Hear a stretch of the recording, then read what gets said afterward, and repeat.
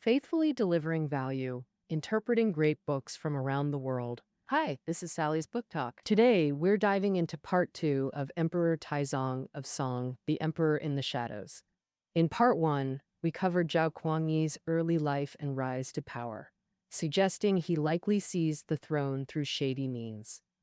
So, after taking the throne, he used all sorts of tricks to win folks over and wipe out threats, even forcing his own nephew and brother to death to eliminate risks, only then feeling secure.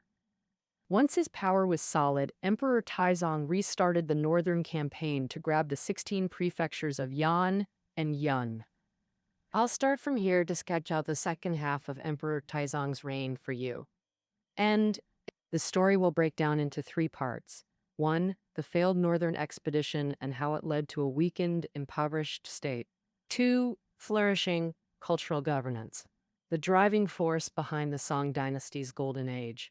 3. The late life crises, the 3 big problems that haunted Emperor Taizong. All right, now let's tackle part 1.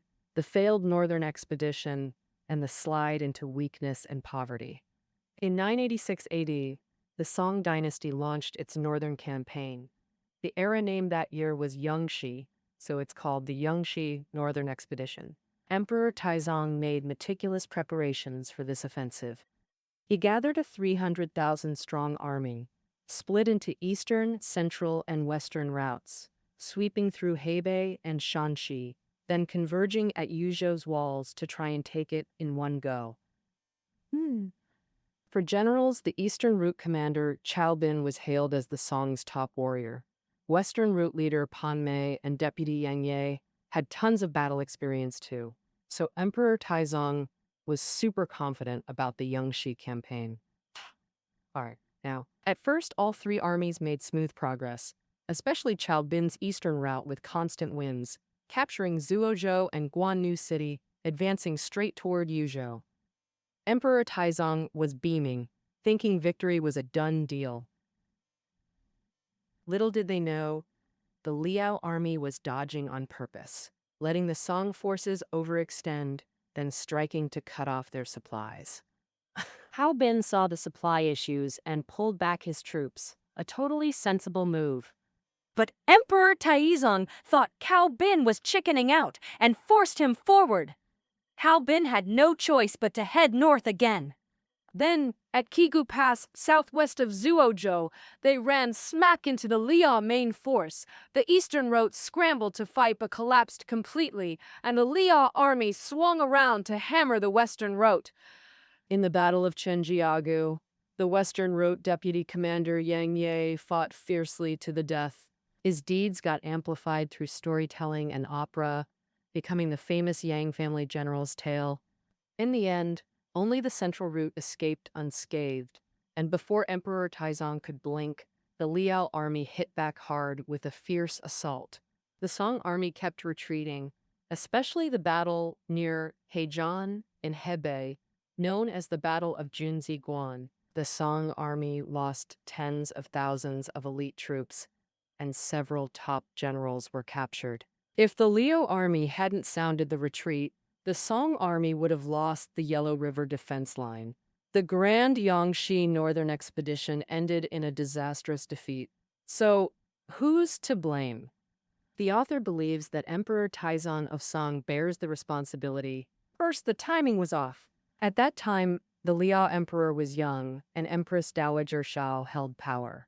Emperor Taizong figured a woman in charge would cause internal chaos, letting us exploit the weakness. But in reality, Empress Dowager Shao was shrewd and capable, knew how to pick the right people, and the whole Liao state united against the Song, leaving no chance for victory. Plus, the Han people under Liao rule just wanted peace and weren't keen on fighting. So wherever the Song army went, they didn't get support from the northern Han folks. Instead, they were seen as a nuisance. This dealt a heavy blow to the Song army's morale and supplies. Second, the general's power was tightly restricted. In the previous episode, we covered how during the Battle of Gaoliang River, some generals tried to enthrone Zhao Deja, son of Emperor Taizu, that planted deep distrust in Emperor Taizong. making him wary of generals. And on the eve of the Yangshi Northern Expedition, he mapped out every detail, from strategy and routes to troop formations, and ordered generals not to deviate. Emperor Taizong also sent trusted aides as military supervisors to spy on the general's every move. These supervisors didn't know military stuff, meddled in decisions, and often caused disasters. Take the Battle of Chenjiagu. Yang Ye agreed with Commander Pan Mei that he'd engage first with his troops, and when the Liao were worn out, Pan Mei would lead the main force. But while Yang Ye fought hard up front, the rear Song troops under supervisor Wang Shen just ran away. Pan Mei was the nominal commander but couldn't boss the supervisor around. He had to watch helplessly as Yang Ye fought alone and died heroically. The failure of the Yangshi Northern Expedition had deep effects on the Song dynasty's geopolitics and domestic policies. First, let's cover the geopolitical scene. This mainly shows in the military balance between Song and Liao. After decades of training, the Song built a powerful army that matched the Liao in combat and outnumbered them. If they'd stuck to Emperor Taizong's plan, prepared carefully, and advanced steadily, capturing the 16 prefectures of Yan and Yun was quite possible. But after Emperor Taizong took the throne, he rashly started the war, botched the command repeatedly, leading to big defeats and over 300,000 elite troops lost. As many veterans died, the Song army's combat strength plummeted and never bounced back. Meanwhile, the Liao army grew fiercer with each fight, building a huge psychological edge over the Song. So, the Yangshi Northern Expedition was both the Song's biggest move against Liao and their last active attack. After that, the tables turned. The Liao army often pushed south, raiding cities and lands at will, while the Song army could only take the hits. Over time, the whole Song dynasty got gripped by a deep fear of Liao, and reclaiming the 16 prefectures became a distant pipe dream. This left the Song stuck in a weak spot against northern foes, with no defenses to hold, making it tough to fix their geopolitical mess. For this, Emperor Taizong of Song shoulders a big chunk of the blame. Now let's cover how the Yangshi Northern Expedition hit the Song's domestic policies. Given the huge losses from the Yangshi campaign, Emperor Taizong kicked off a military overhaul, recruiting tons of new troops. Maybe out of guilt, he just couldn't stop this move. Stats show that in Emperor Taizong's later years, just the Imperial Guards hit 666,000 men, 1.7 times more than under Emperor Taizu. Add local forces, and the total army topped 1 million. Ironically, such a massive force wasn't much good in a fight. Forget their old rival Liao. Even the newly risen Western Shao in the northwest could thrash the Song army silly. The root issue naturally lies in the policy of valuing civil over military affairs. Emperor Taozu set this policy to weaken generals' grip on troops, ending the old Tang-era problem of warlords running private armies. That goal was met, but it also wrecked generals' fighting skills and morale. As successor, Emperor Taizong should have fixed this, but actually, due to his shady rise, he distrusted generals even more than Taizu did, tightening controls instead, making things worse and causing the Song army's long slump. The worse it got, the more the court felt short on troops, so they drafted more men, driving military costs sky high. By Emperor Taizong's later years, military spending was crushing the central treasury. The chronic poverty problem just kept growing. So-called chronic poverty means most tax money got eaten by military costs, leaving the court broke. After Taizong, emperors like Zhenzong and Renzong couldn't stop it. By Emperor Shenzong's time, they found 80% of revenue went to the military, a bearable load forcing reforms. In short, the twin chronic problems of poverty and weakness that plagued Song dynasty rulers are all tied to the Yangshi Northern Expedition's failure, and tracing back, Emperor Taizong of Song is the instigator. Ancient emperors emphasized both civil governance and military prowess.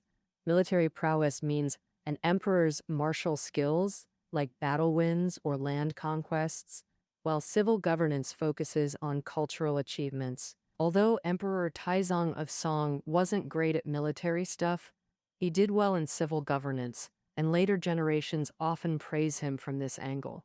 Part 2. Flourishing Civil Governance. Now, let's cover how Emperor Taizong promoted the Song dynasty's cultural boom. At the Song dynasty's start, the emperor and officials mostly came from poor or rustic backgrounds, with generally low education levels. Take Zhao Pu, a famous early Song prime minister. His family was ordinary. He barely studied, but he joined Zhao Guangyi as an advisor, gained trust, and masterminded the Chen Chao mutiny and the removal of military power at a banquet. After Zhao Guangyi became emperor, Zhao Pu became prime minister and was sharp at governing, but his book smarts were weak. Zhao Guangyi told him to read more, but he replied, "Half the Analects is enough to rule the world," meaning he could assist with just part of it. Your Majesty, you're already running the country, so why bother reading? This joke reflects how early Song officials didn't value cultural learning. But as the Song policy of valuing civil over military affairs took hold and scholar officials rose in status, this started changing. After Emperor Taizong took the throne, he opened the imperial exams wide, encouraging scholars to become officials, hugely boosting the bureaucracy's cultural level. In his mid to late reign, Emperor Taizong appointed ministers like Li Fang, Li Hang, and Lu Duan, all combining deep learning with talent. Emperor Taizong himself led by example, often buried in books without putting them down, while people urged him to rest. But he said, "Opening a book is always beneficial. I don't feel tired at all." That's how the idiom "opening a book is beneficial" came about. Given the constant wars in the late Tang and Five Dynasties eras, many classics were lost. So, Emperor Taizong issued an edict seeking books nationwide. Based on this, he commissioned the compilation of the Taiping Yulan, Taiping Guanji and Wenyuan Yinghua. The Taiping Yulan was led by Li Fang, an early Song literary scholar and Hanlin academician, compiled from 977 to 983, taking 6 years.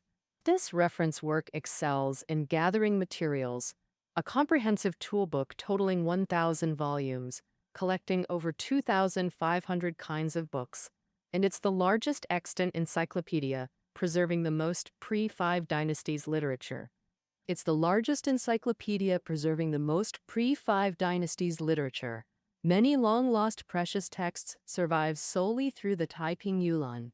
More importantly, the texts included and cited in the Taiping Yulan often differ from common versions, showing ancient literature had multiple editions. This systematically helps modern scholars comprehensively study ancient thinkers. Next, the Taiping Guanji, another reference work compiling diverse texts totaling 500 volumes drawn from 475 sources, all being unofficial histories and stories from Han to early Song.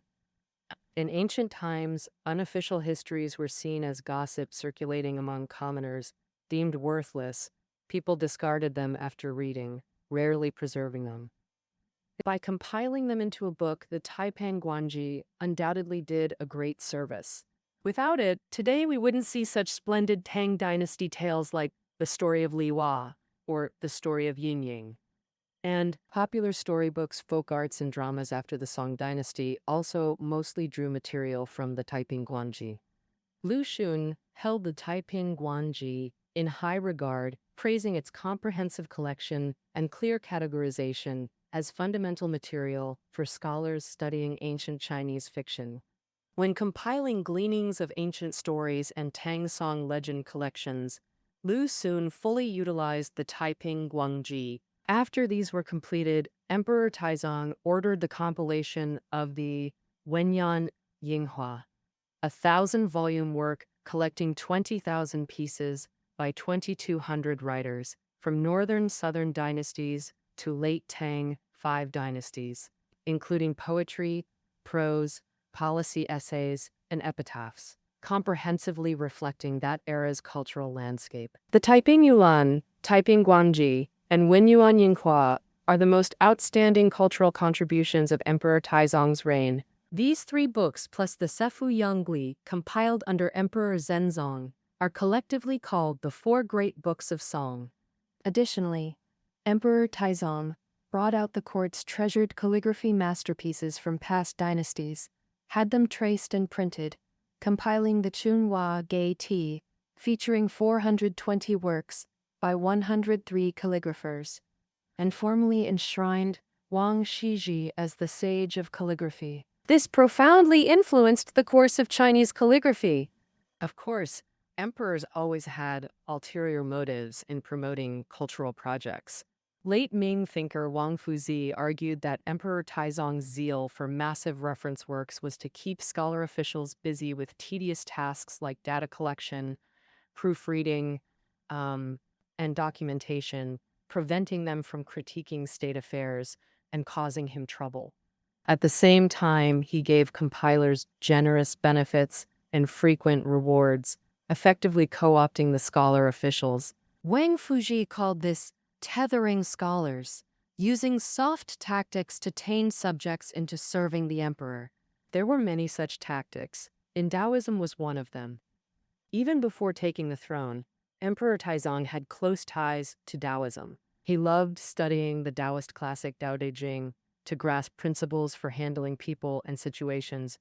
He also befriended Taoist priests, fascinated by rituals like exorcisms, blessings, and disaster prevention. Early in his reign, rumors spread widely about his illegitimate ascension. At Emperor Taizong's direction, Taoist priests crafted a tale. While Zhao Guangyi lay critically ill, the Jade Emperor sent the Black Killer General that night, signifying Zhao Guangyi had the people's mandate. Zhao Guangyi understood implicitly, passed the throne to his brother, then passed away. This claimed Emperor Taizong's throne was heaven-mandated, its legitimacy beyond doubt. Once secure, Taizong reciprocated, funding Taoist temples, collecting scriptures, and summoning priests to court to show respect. The most representative figure was Chen Tuan. Chen Tuan claimed birth in the late Tang dynasty, living through the 5 dynasties and 10 kingdoms period. When Taizong ruled, Chen was already over 100, summoned to court for longevity advice and lavishly treated. Chen retired to Huashan's Yuntai Temple, reportedly living to 118. Later priests honored him as Patriarch Chen Tuan, leveraging his rural ties to promote Taoism. Influenced by Taizong, Song emperors widely embraced Taoism, with frequent rituals in the palace. Emperor Huizong in late northern Song took it further, deifying Laozi as Supreme Lord Hunyan Emperor and calling himself Divine Taoist Emperor, nearly making Taoism a state religion. Taizong wasn't that extreme. Actually, he'd balanced religions carefully, honoring Taoism while equally favoring Buddhism. He decreed 3 times for 170,000 boys to be tonsured as monks, funded pagodas, enshrined Buddha statues, and established a Sutra Translation Institute. He also founded the Sutra Translation Institute to organize Buddhist text translations. So, under Taizong's push, monks, nuns, and temples multiplied rapidly. The author notes, whether promoting Taoism or Buddhism, Taizong had political aims, using religion to tighten ideological control and consolidate power. Taizong himself didn't obsess over elixirs or longevity like some emperors. Judging by his actions, he was an exceptionally diligent ruler. At the start of his reign, he held court daily and often worked on official duties late into the night. So, after middle age, he eased up slightly but still held court every 3 days. Yet no one escapes the natural cycle of life: aging, sickness, and death. As years passed, Emperor Taizong's energy waned significantly, and his judgment declined sharply, leading to crises in his later years that threatened his rule. Part 3, Late Life Crises. I'll cover the 3 major problems that plagued Emperor Taizong. First problem: Intense social conflicts sparked large-scale peasant uprisings. History buffs know feudal dynasties usually start stable, but Song was an exception. Multiple peasant revolts erupted early on, mostly in Sichuan Shanxi region. Why Sichuan Shanxi? Its geographic advantage, surrounded by mountains that shielded it from warfare. Neither Tang dynasty disasters, An Al Lushan rebellion and Huang Chao uprising, nor Five Dynasties warlord conflicts reached here. Thus, Sichuan-Shanxi became a coveted refuge for officials and nobles. They obsessively bought land, concentrating vast tracts in few hands. Some landlords owned over 10,000 acres, while peasants became tenants or landless, struggling to survive. After Song annexed Sichuan Shanxi, they didn't change this economic structure, worsening land monopolization. Land monopolization intensified, wealth gaps widened, and with official oppression, social tensions exploded. Desperate peasants rose in revolt. In winter 992 AD, Wang Xiaobo, in modern-day Dujianyan, rallied poor farmers under equalized wealth banner, capturing several counties. Coinciding with a severe drought, starving people flocked to the rebels. The rebel force grew powerful, nearing Chengdu, so the court sent troops to suppress them. By late 993, Wang Xiaobo died in battle. His brother-in-law Li Shun took over and fought even harder. In February 94, rebels captured Chengdu, founding the Great Shu regime with Li Shun as king. This panicked Emperor Taizong. He deployed elite forces to Sichuan, taking 3 months to retake Chengdu and crush Great Shu. The Wanli uprising was Song's first major peasant revolt, just 30 years after founding, a deep embarrassment for Taizong. He issued an edict of self-reproach. The Sichuan Shanxi mess is my fault. I'll reflect deeply and change course. But in reality, Emperor Taizong never found an effective way to stabilize Sichuan Shanxi. It was like pressing down one gourd only to have another float up. Scattered peasant uprisings kept flaring until Emperor Zhenzong took over and implemented reforms that finally calmed the region. Now, the second major challenge Emperor Taizong faced in his later years, establishing an heir. Usually, emperors name successors early to reassure everyone, so many crown a prince right after taking the throne to stabilize things.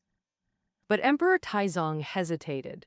To dispel doubts about his accession, besides having Taoists craft a heavenly mandate story, an old minister fabricated the so-called Golden Casket Pact, a masterstroke assist.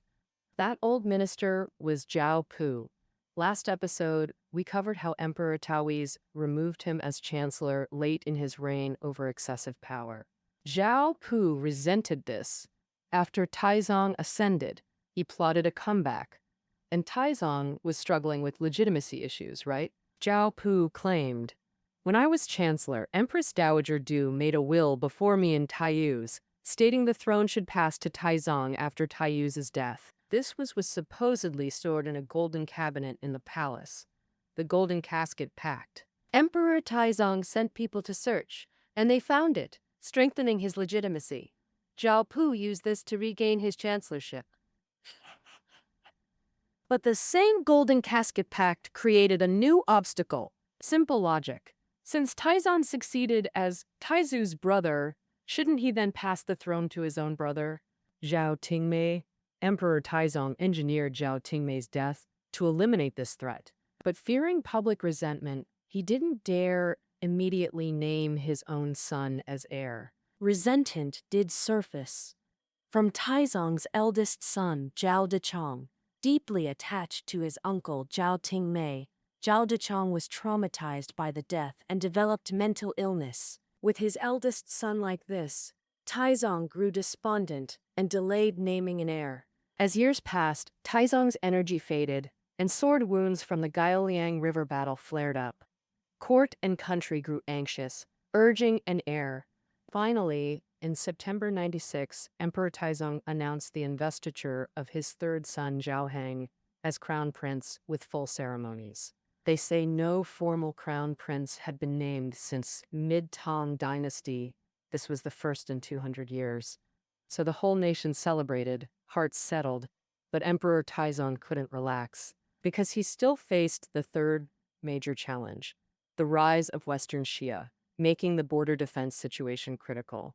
As we know, after the failure of the Yangshi Northern Expedition, the Liao army frequently pushed south, raiding cities and lands, and the Song army could barely hold them off. Fortunately, the Liao army was content with plundering wealth and people, not aiming for a full-scale invasion, so the conflicts were mostly limited to the northern border and not a huge threat. But the situation in the northwest was totally different. During the late Tang and Five Dynasties period, the Tangut tribe rose in Shanxi and Ningxia, setting up a separatist regime later called Western Sha. After the Song dynasty was founded, Li Jiqian, leader of Western Sha, pledged loyalty to Song while also submitting to the Liao state. Li Jiqian was trying to play both sides, using the rivalry between the two big powers to maximize his own gains.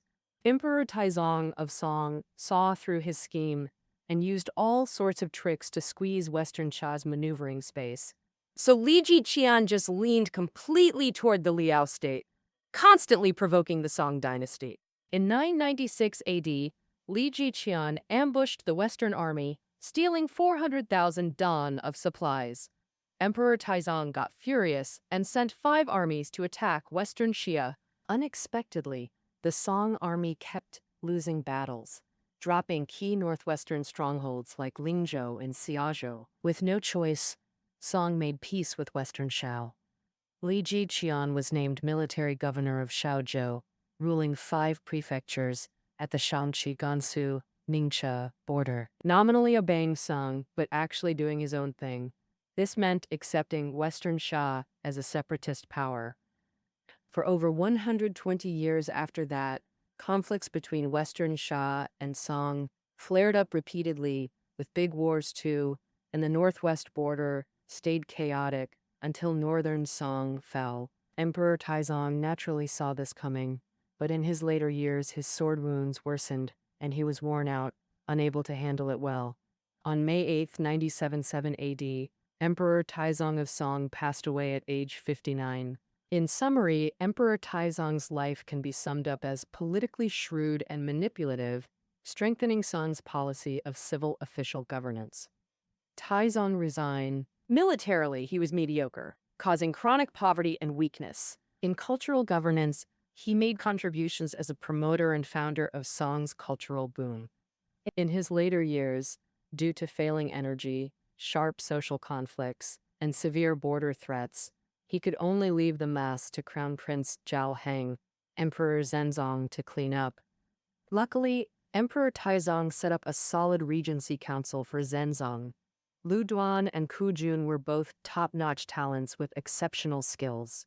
When Emperor Taizong picked Lu Duan, some called Lu muddle-headed, but Taizong said Lu was fuzzy on small stuff but sharp on big things. Facts have proven this right. After Emperor Taizong passed away, Lu Duan steered the ship, ensuring Emperor Zhenzong's smooth succession. Another regent minister, Ku Jun, later brokered the Chanyuan Treaty between Song and Liao, securing a century of peace.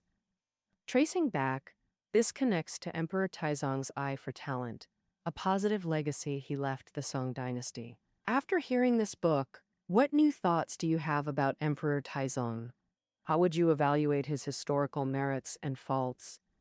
Feel free to share your thoughts in the comments section.